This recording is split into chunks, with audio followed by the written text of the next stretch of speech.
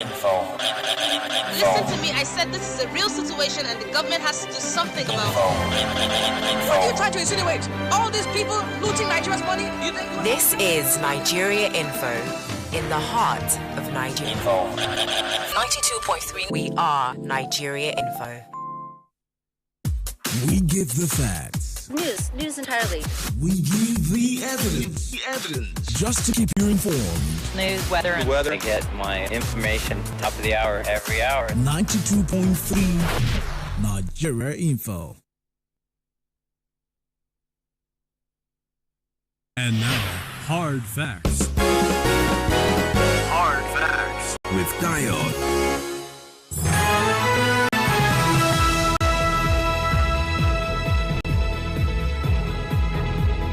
Hello, good afternoon to you. Welcome to Hard Facts 92.3 Nigeria Info here in Port Harcourt. I'm Dio, and Merry Christmas to you as well. It's December 22, 2021.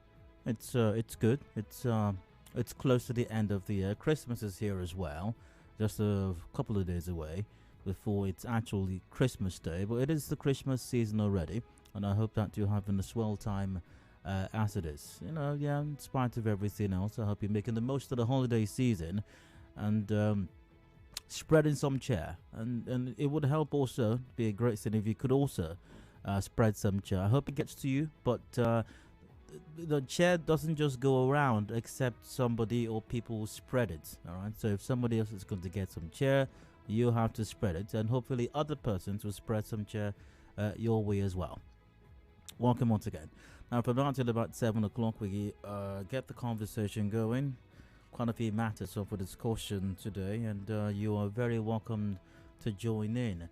It's Wednesday, so it's the midweek edition of the show. As usual, we got Canvas, the Niger Delta Roundtable coming up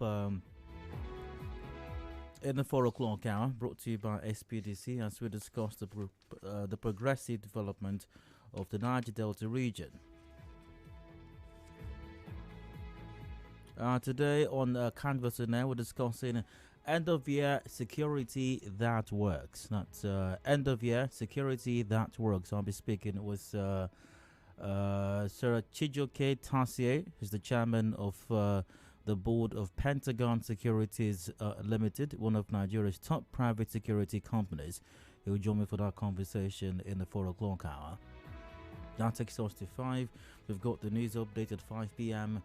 And yes, NLC is gearing up for another strike. That will be sometime, I believe, early next year. Subsidy, NLC fixes January 27, February 1 for nationwide protest. You can find details in the Punch newspaper. But some look at the story, at least for the moment. The NLC has warned the federal government against plans to remove the fuel subsidy in 2022, saying the action will be met with nationwide protest.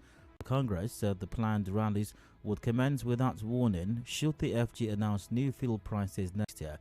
The union disclosed it would stage a protest across the 36 states of the Federation on January 27, 2022, which would culminate in the submission of protest letters to all the state governors. It said this will be followed on February 1 with another nationwide protest that will also hold in Abuja. Yep, and these were part of the resolutions made at the NLC's National Executive Council meeting, which held at Labour House, Abuja. I think this was last Friday. Yeah.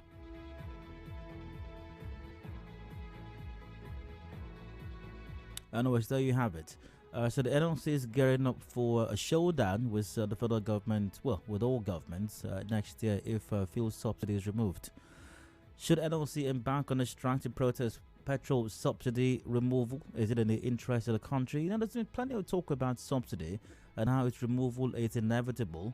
Is the NLC working in favor of or against the country? Well, I'll be joined by NLC chairperson here in Rivers State, Beatrice Itubo. She'll join me for the conversation in the 5 o'clock hour. Headlines 5:30, major news at 6 p.m. And if you've missed out on any matter discussed on the show, including my side comments, which will not be discussed now, of course, I'll take your thoughts after the major news at 6 during the open season segment. So that's the show today.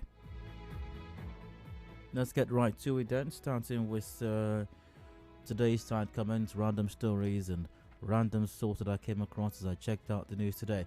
Nigeria Security and Civil Defense Corps (NSCDC) said it has deployed 1,500 personnel for the Christmas and New Year celebrations in Rivers State. A statement by the NSCDC spokesperson in Rivers State, Michael Oguntuashe, said the State Commandant Ali Bature assures residents of a hitch-free holiday.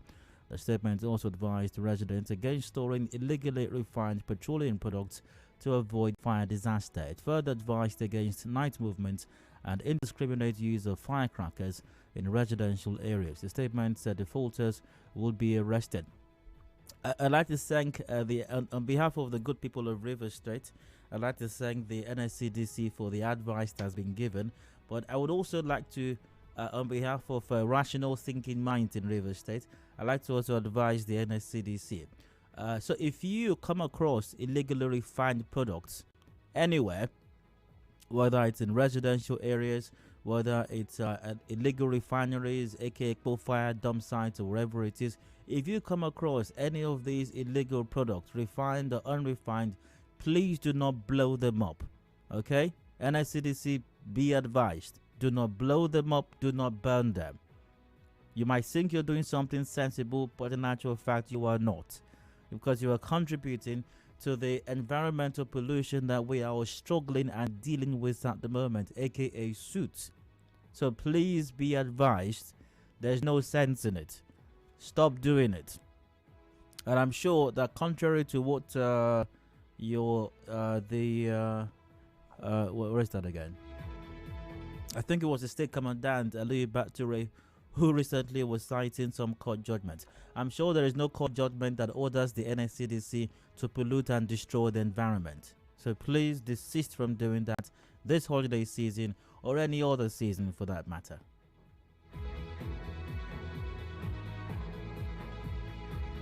Head of Investigation, Inspection and Enforcement Unit, Federal Fire Service, Rivers State Command, Francis Adedayo has urged traders to stop attacking firefighters, and he said this during a one-day sensitization and awareness campaign on fire prevention, mitigation and response in markets at the ultra-modern market, Mile 3, Port Harcourt. I'd like to hear what this gentleman, I presume, had to say on this matter.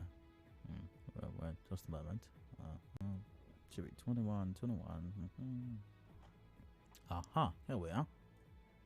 We use fire every day, and if you don't manage fire properly, it will destroy your property. And that is why we are trying to sensitize people to be fire safety conscious. We also use this medium to let the public to know that they should stop mobbing the firefighters. Let them know as well that at the early stage of every fire, at the incident point, as you're trying to fight the fire, also call the fire service on time so that they can arrive on time, and also for them to give way for fire trucks. To residents of Rivers State, please listen to Francis Adedayo. He knows what he's talking about, I believe. There is absolutely no sense at all in attacking firefighters. Well, one can appreciate the frustration that you feel. One can appreciate the frustration when a fire is raging and firefighters either do not show up or they do not show up in time. Or they show up and it looks like they don't have enough equipment to fight it. It's not their fault, really. I mean, if we had adequate fire service or emergency response in the state, they very likely will show up on time. And they very likely would show, if government paid attention to them or to emergency management or disaster management, like fires, like the fire service, they very likely would show up in time, and they very likely would show up with show up well equipped to tackle and manage the fires. We have societies, countries, that people call the fire service because their cat is stuck on a tree. Not because there's a fire. There's no fire. The cat is stuck on a tree and they call the fire service. And the fire service shows up and then they put their ladder up there and they bring down the cat. Try calling the fire service over here that your cat or your goat or your chicken, for that matter, the one you're planning for this Christmas, is stuck on a tree. They're not done dealing with they don't even have capacity to deal with fires yet. Tell them your chicken is stuck on a tree, and let's see what's going to happen. And by the way, please don't do that. Don't call emergency numbers to play a prank.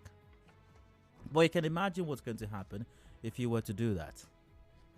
I mean, yes. So the thing is, government needs to play more importance to this, especially the River State government. The attitude and the posture of the River State government to emergency and disaster management leaves a lot to be desired. Really. Okay, so we're building flyovers and we're building bridges and we're building roads. So when there's a disaster or some emergency which is inevitable, either on the flyovers or elsewhere, who's going to deal with it? Who's going to handle it? Or is Shell going to do that also? Or Ajib? Because everything is oil company. We don't have road, it's oil company. We don't have jobs, it's oil company. We don't have fire service. There's a fire. Shell's fire service must come. How about what is government's responsibility these days, really? You know. So let's do something. For example, very important, I believe, in River State. What is wrong with River State setting up its own emergency management agency? It's obviously a step in the right direction. There is no downside to it, really. You know, let's set up a River State emergency management agency. Let's fund it appropriately. Let's get professionals and experts in there so we can adequately tackle disasters and emergencies, because they are inevitable. They will happen.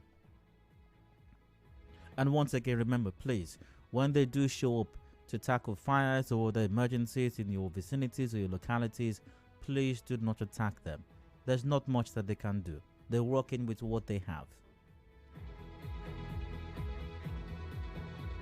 And also, environmentalist Nimo Bassi is calling for collective efforts to address the suit in River State. Bassi made the call on the crossfire. He said community development committees need to work with the government and relevant authorities to sensitize the public on the dangers of illegal oil refining. Let's hear what Nimo Bassi had to say about this situation. Well, first of all, people have the responsibility to educate themselves. I think the job we do individually and then collectively, these development committees can introduce health talk whenever they meet, so that those who are tempted to engage in this, because this thing is not just about the soot going to the atmosphere. It's about the pollution of the rivers, of the things, of the streams. We don't have to pipe-borne water, but when all the ground and surface water is contaminated, even the boreholes will not help in the long run. So the challenges are much, and there's a limit to what individuals can do. This needs a systemic action by the government. Yes, you know, Nimo Bassi is talking about sensitization. Sensitization is good. It's a very good thing. If you want people to understand the government policy, if you need people to key into this policy or play their citizenship roles in making government policy work, you need to sensitize them. In this case, I think maybe the people that need the sensitization the most is government themselves. Are people in government, honorables and excellencies. So I strongly suggest that the Nimo Bassis of this world, in organizing these sensitization programs, should sit honorables and excellencies down in a hall. Sit them down in the hall and present a PowerPoint, make a PowerPoint presentation before them and let them understand the hazards and the dangers of illegal oil refining. I think honorables and excellencies need to know this first. Because it seems like they don't know, like they have no idea their response to this dreadful situation. After that, then the Nimo Bashes of this world can then sit down as well, maybe at once, gather all of them in the same hall, honorables and excellencies, then security operatives, the police, the Nigerian military, the NSCDC, even the DSS also, gather all of them in a hall and sensitize them. The Army, the Navy, the Air Force. Sensitize them because they seem to not know. They obviously seem to not know what the dangers are. Sit everybody down. Honorables, excellencies, doesn't matter what the position is. As long as you are in government, sit all of them down and security operatives in one place. And then sensitize them. And maybe after they have been properly sensitized as to the dangers that this poses not only to the masses, by the way, but even to excellencies as well. Um, Maybe then we will start to make some headway with dealing with this crisis. Because somebody else on the news here, Akani Rogers, has called on River State residents to pressure their representatives in government over the deadly air pollution in the state. Yep, maybe one way to because if you apply pressure on the person and the person can't understand or comprehend what you're saying, the pressure might be an absolute waste of time. It's like forcing a horse to the river bank, but you can't force the horse to drink water. Okay, so unless the horse is thirsty or the horse understands that it needs to drink water. So honorables and excellencies need to understand, first off, I think, be sensitized on the dangers that the suit poses. Then maybe pressure will work that, because so far I have a hunch that they really don't understand. They don't know. Maybe they don't know. Also, it seems. Let's see, what else caught my attention on the news today? Let's see.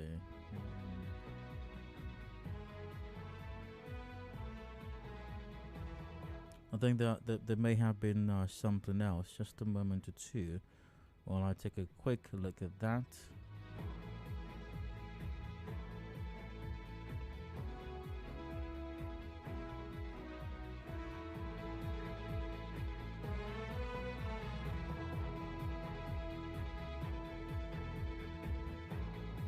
Well, federal lawmaker Senator George Sekebo says some senators are planning to veto President Buhari on the Electoral Act Amendment Bill. That would be interesting.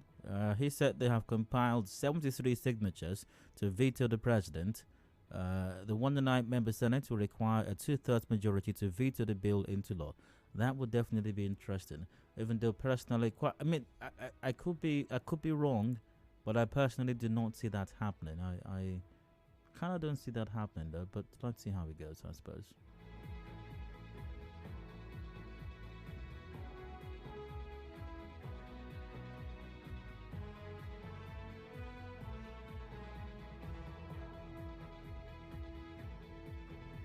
I think that's going to be it for today's side comments. I suppose so. I do have to go for a break right now. So commercial break. I return in a moment, and we dove right into today's rant. But let me see. Are there any messages here I should be catching up with?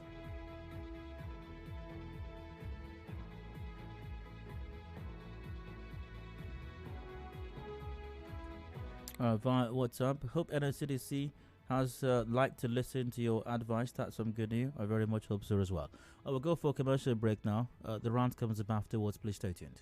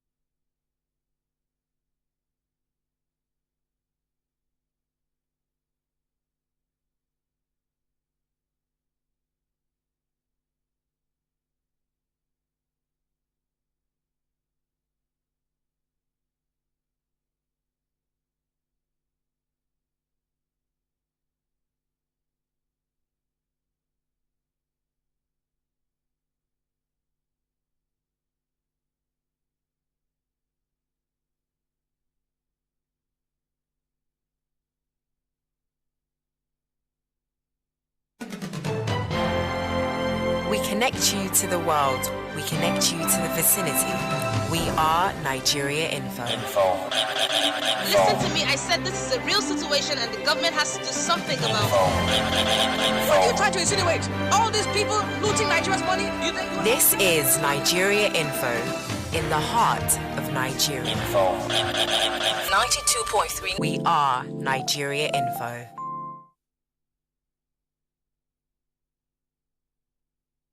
A clean surrounding is a collective effort. Diseases could be avoided With good hygiene practice, be more responsible with how you dispose waste products. The environment will be better looking without litter and exposed garbage. We love our city clean. This message is from 92.3 Nigeria Info. Our freedom depends on our proactive responsibilities. Let's talk, act, and be about development. With one voice, our potential is realized. This is your number one news, talk, and sports radio station. 92.3 Nigeria Info. I am listening.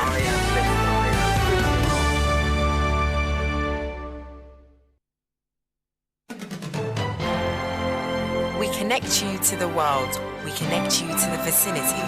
We are Nigeria Info. Listen to me, I said this is a real situation and the government has to do something about it. What are you trying to insinuate? All these people looting Nigeria's money? You think This is Nigeria Info, in the heart of Nigeria. 92.3. We are Nigeria Info. And now, hard facts. Hard facts with Diode.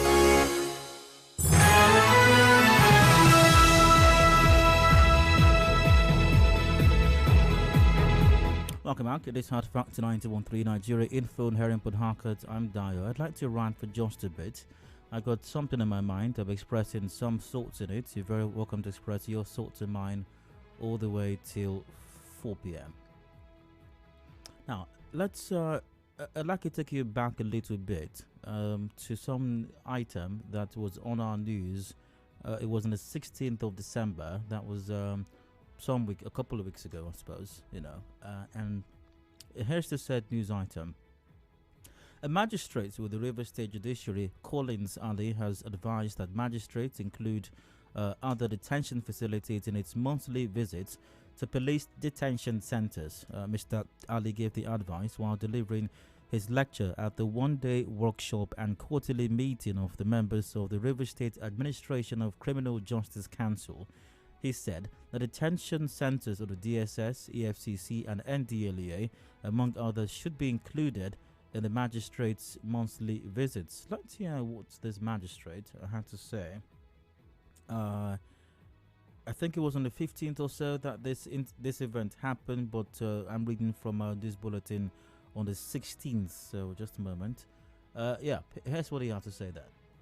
I recommend that magistrates be assigned to other places of detention like the DSS, the EFCC, NDLE, NSCDC, NAPTIP, and any of such places. Now, my observation is that detention facilities such as that of the EFCC, NDLE, NSCDC appear not to have been captured in the last assignment of magistrates to detention facilities. There is therefore need to spread the inspection beyond the police stations and tactical units to include EFCC, the DSS, NDLE, NSCDC, NAPTIP, and so on. Now, here's the reason why the law allows for this. It's very simple, it's elementary, but then again, simple things have a way of just becoming humongously complex in this country. Not because people don't know what to do, but for some strange reason, they just don't do it.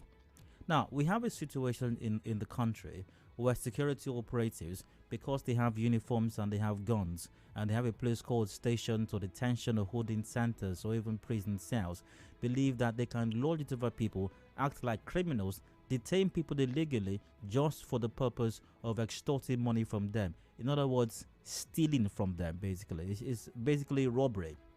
You could even call it armed robbery in some cases. By the time you find out the details and nitty-gritty of some of these cases, you find out that there are people who have been held in police detention centers or other security detention centers for no valid reason. Some people have been there for months, people have been there even for years as well.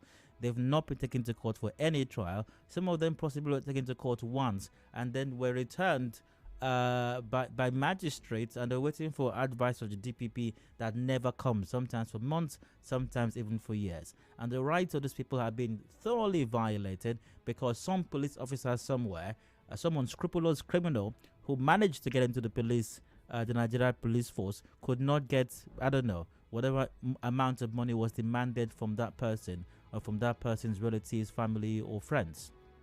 So now, a way to counter this is to ensure that we have magistrates and other legal persons, I suppose, to visit these detention centers periodically and ensure that the people who are being held there are supposed to be held there. And the reason this is the case is obviously because we can't trust the police to do this. We can't even trust DPOs to do this either. That's why magistrates have to go there. Because if we leave it in the hands of the police, if we leave it in the hands of DPOs, what's going to happen is that people will keep on getting blood sugar. Like Chima Kunado was given blood sugar, and the other Ikoko 5 were dealt with and tortured, even to the brink of death themselves. Luckily, they survived. Chima Ikunado was not so lucky, but that's what happens. Because these deviants in our security, these so-called bad eggs, crackheads amongst them, are able to carry out these devious acts. They're able to detain people for as long as they want, extorting money from them, and sometimes even the most hideously inhumane sins or practices do take place, sometimes even in many cases leading to the deaths of some of these people.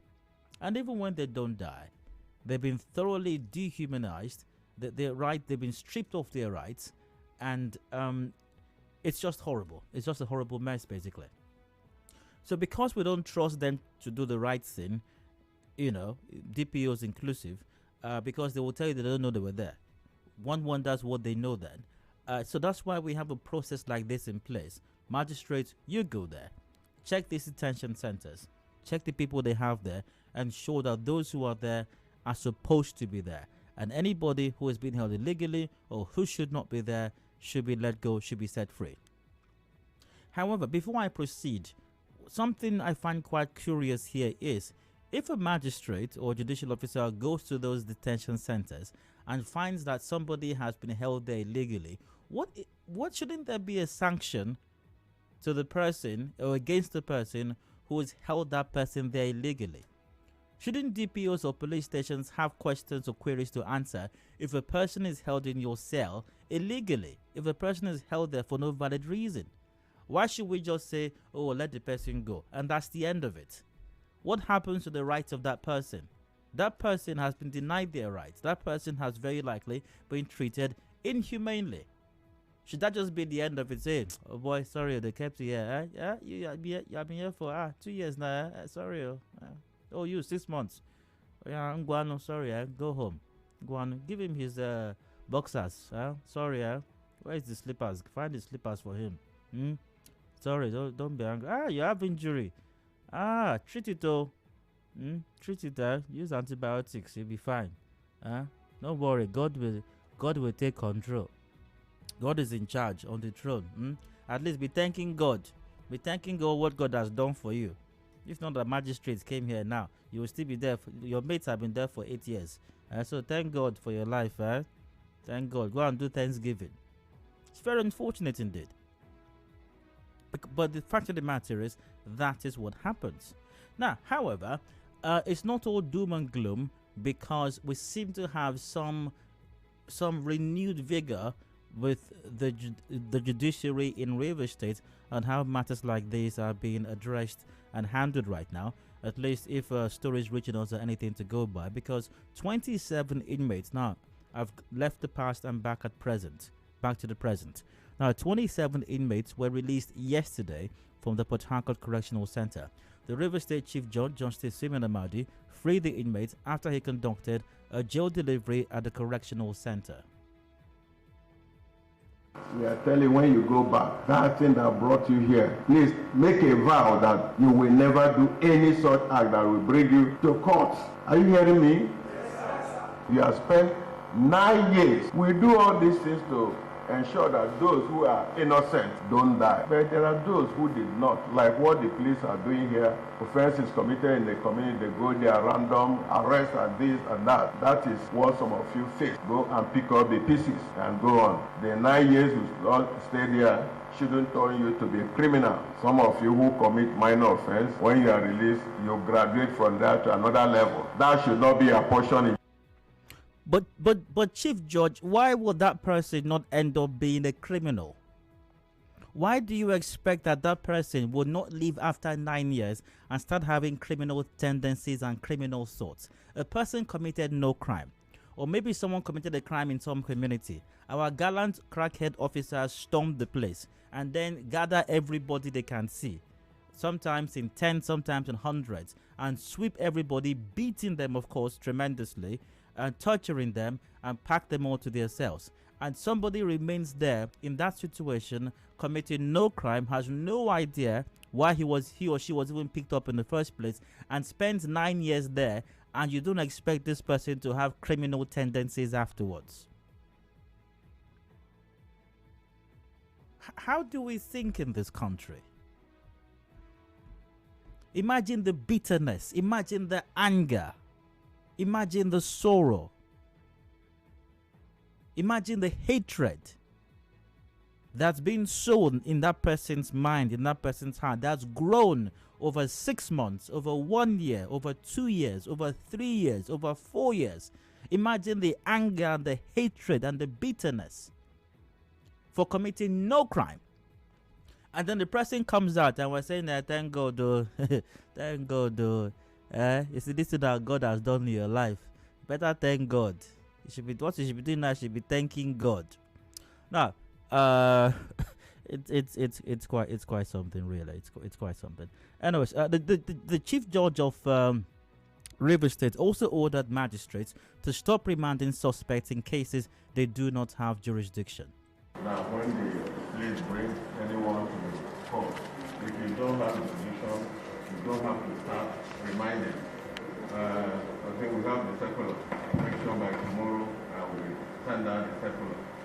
Carry the file from the police, go through. If whatever they are saying there does not justify, the police should take back the person to their station. Not just immediately, you're right, I don't have jurisdiction, the defender is to be reminded, also that will stop. The circular will come out tomorrow.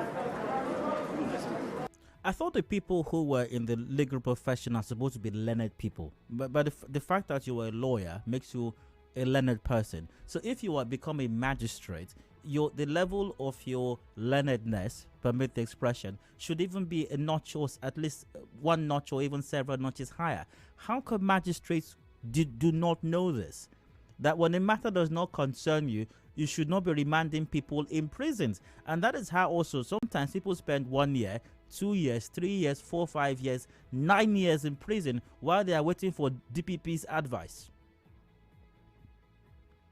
Justice Simon Amadi, while addressing increased cases of missing files of defendants, demanded prompt collaboration among the Nigeria Police, Office of the Correctional Center, and Office of the Directorate of Public Prosecutions.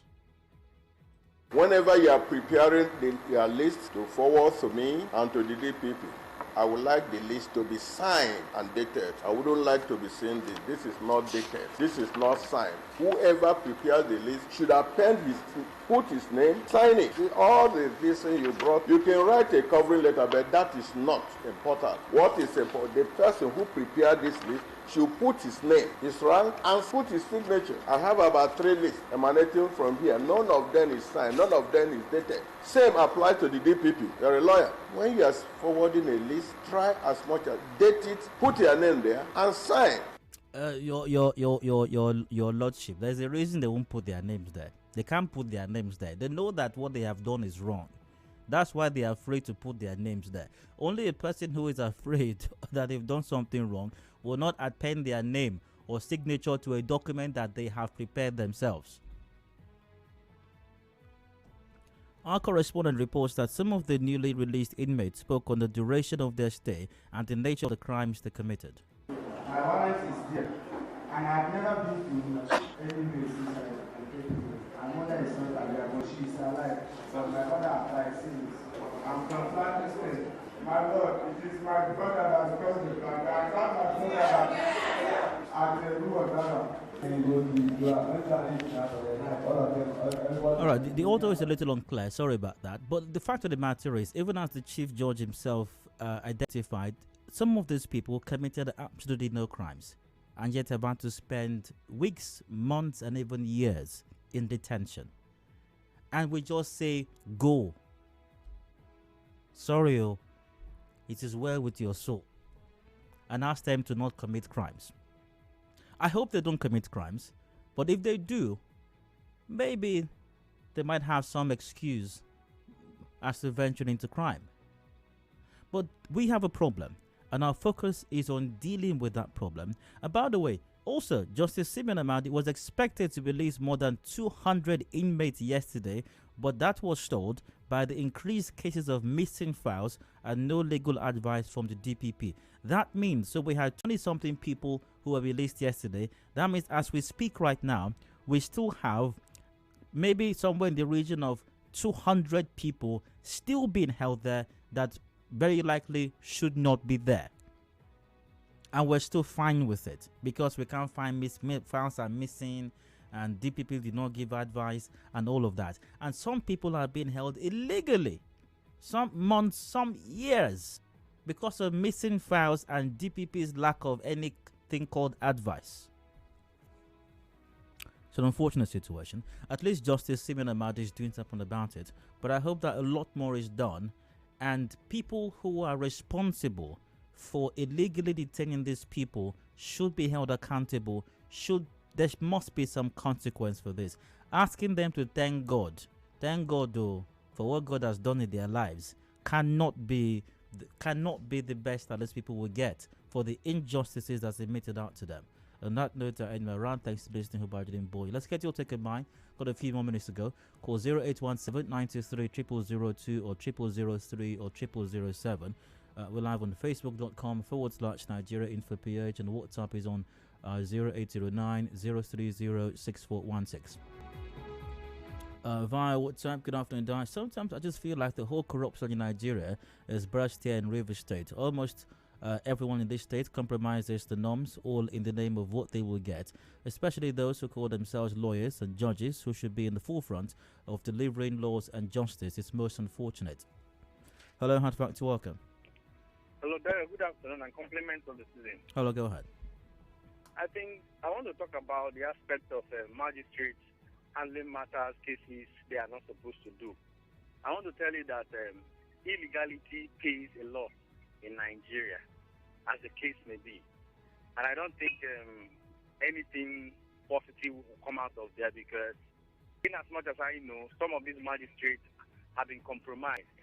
And without them going into such matters, they will not eat. They'll tell you that you are blocking their choppings. And if you go and find out how these cases are being handled, what they go is when they get a particular matter that they know that they want to eat from it, overnight, that is when they will advise or call the magistrate earlier before that time. This is what we are going to do. The man will ask them to come to his court, and they will issue out. At the end of the day, the magistrate will say the DPP should do like this, and at the end of the day, the DPP will not do anything. So I think when it comes to that aspect, I don't think anything will change, because that is how they eat. Thank you very much. Right, 713, hello. Good evening. Hi, go ahead. Yes, my name is Wazir. Go ahead, please. Yes, my respect to the Lordship. He's been economical with the truth. What caused the people being detained a long time, their cases are not determined. Before you become a chief judge, you must be a magistrate. You must be a high court judge before you become a chief judge.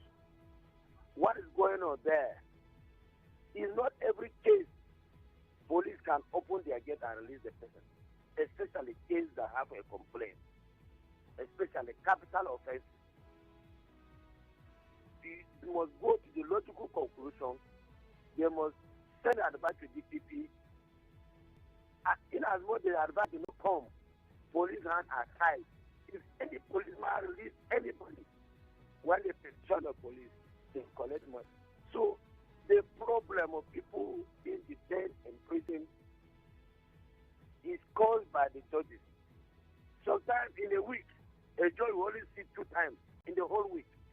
That's a different matter. If people have actual cases to answer, hold on a moment, please. Can you calm down a moment, please? If people have cases to answer in court and the trial is ongoing, but there is some delay, that's a different matter. We're talking about people being held illegally for committing no crime. There is no trial going on. Nobody held illegally like that. You're wrong about that. I just played back the Chief Judge's comments, and people are being held, and there is. I think you're the one being economical with the truth. People. So are you saying that people are not being held illegally in police stations? Hello? Are you still there? Okay, he's gone. 90.3, hello. Hello. All right, go ahead. It will go because this is economical with the truth. The police, they resign or amended the police act. That even carry this. Cases that within the jurisdiction of the magistrate, that periodically be visiting police stations, then the kind of cases that and those that are innocently locked up can be let go as they are spelled out there. So somebody don't come and call in and say somebody is economical with the truth. Dayo, and there should be serious offense now. Issues that is supposed to be implemented as the NJC has started with the 3 judges recently. That any lawyer that knows that a particular case is not within the jurisdiction of magistrate, and you go for political reason, you want to punish the person, put behind bars, that lawyer that brought that matter, that filed that case, that knows that the magistrate court does not have jurisdiction, should equally be penalized. And the magistrate that even entertains, because if it's assigned to you, you are not within it. Dismiss it. Let them do the needful. Charge it to the appropriate high court that has jurisdiction. So if we do so, it will kind of sweep the system. Absolutely. Languishing for just cause nothing, not because of one small misunderstanding or the other, somebody having some political connection and all that. Great, but that's too much that I can take. I am pressed for time. We can continue this conversation after the major news at 6 p.m. during the open season segment. Commercial break right now. Canvas and is up after that. Please stay with us.